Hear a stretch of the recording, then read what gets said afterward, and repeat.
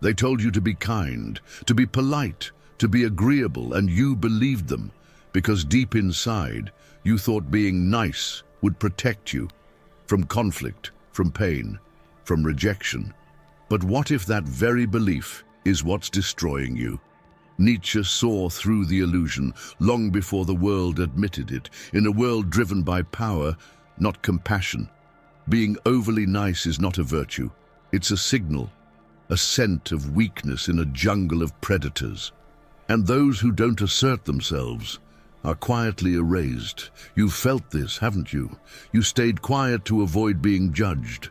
You tolerated disrespect, thinking they'd appreciate your patience. You gave more than you had, hoping someone would see your worth. But they didn't. They took, they drained. And when you were empty, they left. Because in this world, kindness without strength is camouflage for fear, and fear invites the wolves. Nietzsche wasn't a motivator. He was a mirror, reflecting the darkness most refused to see. He knew that beneath every smiling nice guy, there's often a silenced scream, a desperate, boiling resentment waiting to explode. So let me ask you, what if your goodness is just a disguise? What if your silence is not peace, but submission? What if the very people you try to please secretly despise you for it? This is not a feel-good message. This is a confrontation with the truth you've tried to ignore, with the shadow inside you that you've buried for too long. And if you're still here, if these words hit something raw inside of you, then you're exactly where you need to be. Subscribe now, because the rest of this video will take you even deeper into the hidden war between ego and power, and why being too nice will eventually destroy you. The lie of unconditional kindness. There is a myth that has been repeated for generations, that kindness, pure, unconditional, selfless kindness, is the highest virtue a person can embody. That if you give without asking, serve without questioning, and love without boundaries, you will be rewarded by the universe, by others, by life itself. But Nietzsche didn't buy into that myth, and if you've lived long enough, neither do you. Let's be brutally honest. Unconditional kindness in most cases isn't strength. It's avoidance, a mask, a survival mechanism. For many, being nice isn't a conscious choice. It's a learned response to fear, fear of rejection, fear of confrontation, fear of not being liked. So we bend, we tolerate, we smile when we want to scream, we stay silent when we should roar. But here's the paradox. The more you give without demand, the less they value you. Why? Because human psychology doesn't work on fairness. It works on perception. And when someone offers themselves too freely, too easily, too gently, the unconscious reaction is this: if you give yourself away so cheaply, maybe you're not worth that much.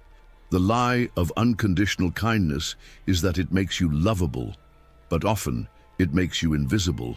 Nietzsche believed that all actions, even the most selfless, are driven by the will to power, even when we don't realize it. So what does that mean? It means that many who act out of kindness are not free. They are enslaved by the need to be seen as good. And in that need, they become manipulable, controllable, forgettable. You've seen it, you've lived it. You show up for everyone, but when you need something, there's silence. You're the nice one, but they never seem to take your voice seriously. You try to please everyone, and yet somehow you're the one always hurting alone. Because kindness, when it's not backed by boundaries, becomes self-erasure. And Nietzsche warned us. He who despises himself still respects himself as one who despises. That means when your kindness becomes a cover for your fear, you lose your power, and others can smell it. So what's the truth? Kindness isn't the problem. The problem is kindness rooted in insecurity. When your kindness comes from fullness, from strength, from self-respect, it is noble. But when it comes from a desperate need for validation, it becomes a silent scream for approval. and the world doesn't hear screams. It hears strength. So ask yourself, why are you being so nice? Is it truly who you are, or is it who you became in order to survive? Because if it's survival, it's not kindness, it's fear wearing a mask. And the sooner you confront that, the sooner you reclaim your power. The instinct for domination. Nietzsche didn't believe in surface morality. He didn't trust appearances or the roles people play in public. Because underneath every smile, every handshake, every polite gesture, he saw something else, the will to dominate. Not always consciously, not always maliciously, but always present. Every human being, Nietzsche believed, is driven by a core force, the will to power. Not the desire to help, not the need to be loved, but the instinct to assert, to expand, to shape the world in one's image, even when it's hidden beneath virtue. And this is where the nice ones get it wrong. They believe they can step outside the game, refuse to play, stay neutral, keep the peace. But what they don't realize is that the game plays them. Because in a world where everyone is trying to influence, lead, seduce, manipulate, control, being neutral isn't noble, it's weak. And the weak don't get a seat at the table. They get served on it. Let's be clear, you can deny your instinct to dominate, you can suppress it, you can pretend you're above it, but it will still be there, and it will find another way to express itself. That's how resentment is born. When you say yes, but mean no, when you help but feel empty after, when you stay silent but boil inside, that is your will to power, twisted, suffocated, leaking out sideways. Nietzsche called this slave morality, a system built by those who lack direct power, so they create a moral structure to shame the strong. Instead of rising, they resent. Instead of confronting, they condemn. Instead of creating, they criticize. And the tragedy, the so-called nice person slowly becomes toxic. Not because they're evil, but because they refuse to accept their darker nature. They want to be liked more than they want to be real. They want approval more than they want truth. And in doing so, they become the very thing they despise: manipulative, indirect, fake. Here's the brutal truth Nietzsche saw. Power doesn't corrupt, weakness does. Because when you're weak, you can't be honest. You can't risk confrontation. You can't assert your needs. So you manipulate through guilt, through silence, through passive aggression. All the things you think you're too good to do, you end up doing them anyway, just in the shadows. So what's the way out? Own it. Own your desire to influence. Own your need to be seen, heard, respected. Don't pretend you're above the game. Learn how to play it, consciously, ethically, powerfully, because domination isn't always violent. Sometimes it's just clarity. Sometimes it's setting a boundary. Sometimes it's speaking the truth. Even if your voice shakes, the world doesn't need more nice people pretending to be harmless. It needs people who are strong enough to be kind, but dangerous enough to be respected. The will to power lives in you. You can bury it, or you can shape it, but either way, it's already shaping your life. The law of the cold. The weak are not forgiven. There is a truth so raw, so vicious. Most people spend their entire lives avoiding it. The world does not forgive the weak. It tolerates them, uses them, sometimes even pities them. But deep down, it does not respect them, and never will. You've seen it. You've felt it. When you tried to be the one who always understands. When you forgave what shouldn't have been forgiven. When you gave second, third, fourth chances, hoping they'd finally see your worth. But they didn't, and they won't. Because in the deep, unconscious mind of others, your tolerance was not seen as virtue. It was seen as submission. Nietzsche understood this law, not a human law, but a natural one. In the wild, an animal that shows weakness invites the predator, not out of cruelty, but instinct. And humans? We're not as evolved as we pretend to be. We smell fear, We sense desperation. We unconsciously test others, not just through words, but energy, posture, silence. Every time you avoid setting a boundary, every time you let someone step on your dignity, you teach them a simple lesson. You can do this to me, and I'll still stay. The result, they do it again, and each time they lose a little more respect for you, until there's none left. Then, when you finally explode, when you've had enough and try to stand up for yourself, it's too late. They've already written your script, and in their mind, you're still the weak one, the background character, the easy target. Nietzsche called this a moral illusion, the idea that being endlessly forgiving is good, but he saw it for what it really was, a refusal to confront reality. Because here's the truth, not everyone deserves your compassion. Not every situation needs your understanding, and not every fight can be avoided. Sometimes the most moral thing you can do is to become dangerous. Not violent, not cruel, but capable. Capable of saying no. Capable of walking away. Capable of letting someone hate you if that's the price of self-respect. Because strength is not just physical, it's psychological. And nothing radiates power more than someone who sets boundaries and enforces them, without apology. If that makes people uncomfortable, so be it. You were not born to be liked. You were born to become who you truly are. And you cannot become that by constantly shrinking yourself to make others feel safe. You are not here to be food. You are here to awaken. And the sooner you stop begging for mercy in a merciless world, the sooner you will find the power that was buried beneath your politeness. So ask yourself, what are you tolerating right now that your soul is screaming against? Because Nietzsche would say, you are either becoming more powerful or more pathetic. There is no neutral ground, and the cold truth, the longer you play weak, the colder this world becomes. The resentment of the good when the saint becomes a monster. There's a quiet rage behind many good people, a deep, acidic resentment that simmers under every act of kindness, every forced smile, every suppressed truth. They don't speak it, they don't even admit it, but it's there. And Nietzsche saw it before anyone else dared to. He called it ressentiment, a poisonous inversion of values. It happens when a person feels powerless, but cannot express that power directly. So they rewrite morality to make weakness look like virtue, and power look like evil.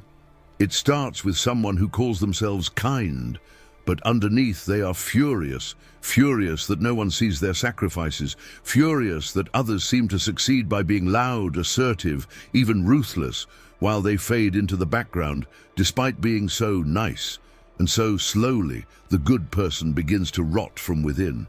They say things like, I would never act like them. They only succeed because they're arrogant. I'm better because I'm humble. But it's not humility. It's envy, rebranded. They wanted the same power, the same recognition, the same voice, but lacked the courage to claim it.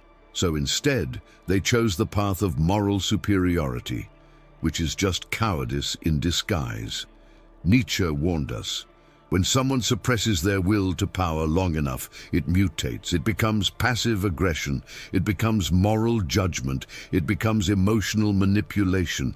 The saint becomes the monster, not openly, but quietly, through guilt, through shame, through a subtle punishment of those who dared to live boldly. You've seen this dynamic. Maybe you've lived it. The person who never asks for anything, but always makes you feel guilty. The one who claims to be selfless, but resents you for not reciprocating enough. The martyr who dies on the hill they built themselves, then blames you for watching. This is what happens when you deny your own strength for too long. It doesn't disappear, it decays. And that decay turns into judgment, not just toward others, but toward yourself. You start to hate the very qualities you secretly wish you had. Confidence, presence, power. You tell yourself those people are bad, selfish, narcissistic. But deep down, Part of you wants what they have. You just don't know how to claim it without guilt. So you play the role of the silent saint while your shadow grows fangs. Here's the truth Nietzsche would whisper into your ear. You were never meant to be a saint. You were meant to be whole. That includes your anger. That includes your ambition. That includes your shadow. Because only when you own those parts of you can you stop projecting them onto others. You don't need to become cruel, but you must stop pretending you're above power, because if you don't learn to use it, you will continue to envy those who do. And that envy will eat you alive. If that stings, good. It means something inside you is waking up. Subscribe now, because the next part will go deeper into the silent ways you betray yourself and how to finally stop bleeding for people who never deserved your blood. The price of shrinking your voice. There is a cost to every word you swallow, to every moment you stay silent when your soul screams to speak, to every time you smile when what you really feel is rage, heartbreak, or despair. And the cost is you. Nietzsche didn't speak of repression as weakness. He spoke of it as spiritual decay, a slow, quiet self-betrayal that eats away at your identity until you're nothing but a reflection of what others want you to be. You think you're avoiding conflict. You think you're being noble. You think silence is maturity, but most of the time it's just fear. You fear being misunderstood. You fear being rejected. You fear that if you showed your true thoughts, you'd lose everything. And so you shrink a little more each day until your words aren't yours. Your choices aren't yours. Your very identity isn't yours. Nietzsche warned against this kind of inner death.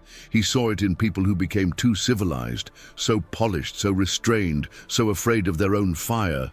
They forgot they were alive. You may call it emotional intelligence, but if your emotional intelligence leads to self-erasure, it's not intelligence. It's fear dressed in philosophy. Every time you say it's not worth it, ask yourself, is it really not worth it? Or have you just convinced yourself that your voice has no value? There's a reason Nietzsche revered the individual who speaks, who dares, who breaks the mold. Because the world tries to kill that person first. You were not born mute. You were not born agreeable. You were born wild, with thoughts, instincts, truths that don't fit in boxes. But the world doesn't reward wildness. It rewards obedience. So from a young age you were trained to shrink, to avoid offense, to blend in, to be nice. And now you're paying the price, that tightness in your chest, that silent depression, that anger that has nowhere to go. It's the voice you buried. And Nietzsche would ask you, how long will you keep betraying yourself in exchange for temporary comfort? Because the more you deny your truth, the more you will hate yourself for it. Not consciously, not at first, but in subtle, corrosive ways. You'll stop trusting your instincts. You'll attract people who mirror your silence. You'll feel fake in your own skin. And worst of all, you'll start to believe that your silence is who you really are. It's not. Your voice is not a liability. Your truth is not dangerous. What's dangerous is what happens when you keep burying it. So speak, even if your voice shakes, even if it costs you approval, even if it ends relationships. Because the only thing worse than being alone is being surrounded by people who only know the version of you that you created to survive. Nietzsche would say, become who you are. But to do that, you must stop silencing the one inside of you who's been screaming for years. The truth you hide, even from yourself. There is a truth you've spent your entire life running from, not because you're weak, but because it's terrifying. The truth is, you are not just light. You are not just kindness, patience, understanding. You are rage. You are lust. You are envy, cruelty, desire for dominance. You are a cathedral of contradiction, a storm pretending to be sunshine. And Nietzsche saw this better than anyone. He didn't worship perfection. He didn't chase morality. He chased the real, the raw, the unfiltered human beneath the polite facade. He knew the greatest lie is the one we tell ourselves. that we are good, that we are harmless, that we are better than those who act on their darker impulses. But here's the twist. You have those same impulses. You've just buried them so deep that you've forgotten they're still alive. But they are, and they're starving. You feel it in the dreams you deny, in the fantasies you judge yourself for having, in the way you envy the bold, the wild, the unapologetic, even as you pretend to be above them. This is your shadow, the collection of everything you've rejected about yourself, and the longer you suppress it, the more it will sabotage your life. Nietzsche didn't want you to become good. He wanted you to become whole, because when you deny your shadow, it doesn't disappear. It controls you from the dark. It shows up in manipulation, in passive aggression, in sudden bursts of anger you can't explain, in depression that seems to have no source, and it will keep showing up until you stop hiding from it. You think you're in control, but you're not. Your repressed self is driving your decisions, your relationships, your identity. And every day you refuse to confront it, you fall further from who you could have been. So what's the truth? You are capable of destruction. You are capable of betrayal. You are capable of domination. But here's what Nietzsche understood.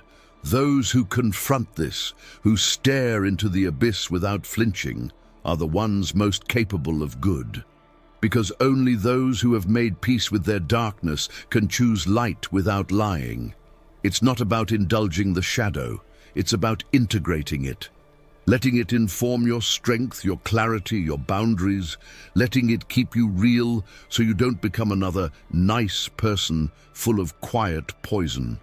So ask yourself, what are you afraid you might become if you stopped censoring yourself?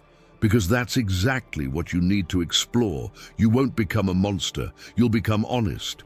And honesty is the beginning of freedom. Nietzsche's whisper would echo in your mind now. You must still have chaos in yourself to give birth to a dancing star. So don't fear your chaos. Fear the person you become when you pretend it doesn't exist. Being good with armor, the new power of the individual. There's a kind of goodness that breaks you, and there's a kind that shields you. The first is the one you were taught. Be agreeable, be small, be kind, no matter the cost. The second is what Nietzsche demanded. Be dangerous. Then choose to be kind. That's not the same thing. Because true goodness, the kind that means something, only matters if it's backed by strength. Otherwise, it's just submission. A nice word for fear. Most people confuse the two. They think they're good people because they avoid conflict, because they yield, because they don't fight. But Nietzsche saw through that mask. He knew that much of what we call kindness is actually weakness dressed up in moral language. It's not that they don't want power. It's that they're too afraid to pursue it, so they pretend they're above it. But here's the truth. You cannot be truly kind until you are capable of its opposite. Because if you are incapable of causing harm, your kindness means nothing. It's not a choice. It's a limitation.